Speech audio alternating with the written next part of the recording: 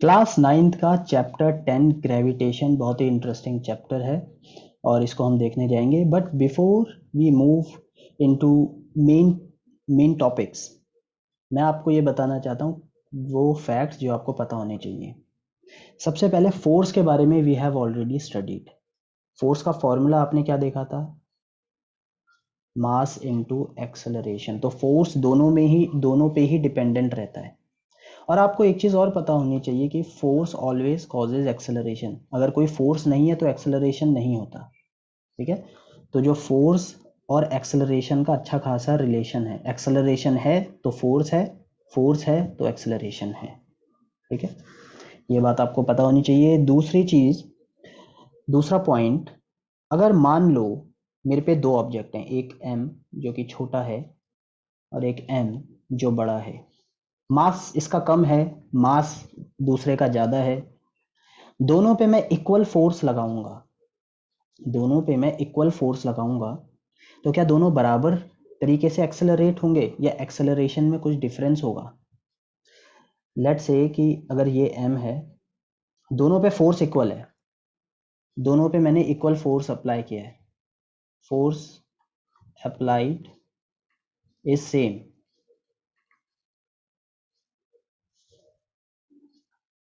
तो एक्सेलरेशन भी डिफरेंट होगा।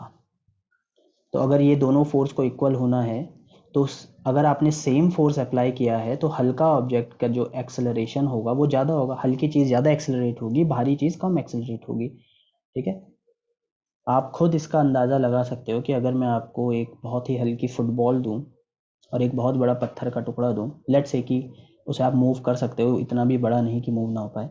आप सेम फोर्स में छोटे टुकड़े को, जो छोटा जिसका मास कम होगा, उसे ज़्यादा एक्सेलरेट कर सकते हो, बट बड़े को उतना एक्सेलरेट नहीं कर पाओगे, उसका एक्सेलरेशन स्लो होगा सेम फोर्स अप्लाई करने में।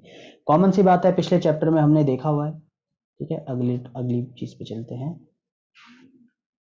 What is next? हाँ, अगली चीज़ आपको ये पता होनी चाहिए, हमने कुछ न्यूमेरिकल करे थे जिसमें जब कोई भी ऑब्जेक्ट ऊपर से नीचे गिर रहा होता है तो एक्सेलरेशन की वैल्यू हमें पता होती है, और उस केस में हम एक्सेलरेशन लेते हैं 9.8 मीटर पर second square. This is the unit of acceleration. कभी कभार राउंड ऑफ करने के लिए हम 10 भी ले लेते हैं, बट ये वैल्यू लेते हैं, तो दिस इज फिक्स्ड। तो जब भी कोई ऑब्जेक्ट ऊपर से नीचे गिर रही होती है तो एक्सेलरेशन होता है 9.8 मीटर पर सेकेंड स्क्वायर। बट अब वापस इस पॉइंट में जाओ, जहां एक्सेलरेशन होता है वहां फोर्स भी होता है। तो जब कोई ऑब्जेक्ट ऊपर से नीचे गिर रही है तो अर्थ में कोई तो चीज होगी जो उसे खींच रही होगी, तो कोई तो फोर्स होगा। एक्चुअली अर्थ के पास एक, अर्थ जो है हर ऑब्जेक्ट को अपनी तरफ खींचती है, तो उसका एक्सेलरेशन तो ये होता है, बट फोर्स कितना होता है उसी को ही हम ग्रेविटेशन फोर्स बोलते हैं। ठीक है, ग्रेविटेशनल फोर्स। और ग्रेविटेशनल फोर्स एक कॉमन टर्म है, हर किसी के पास ग्रेविटेशनल फोर्स होती है।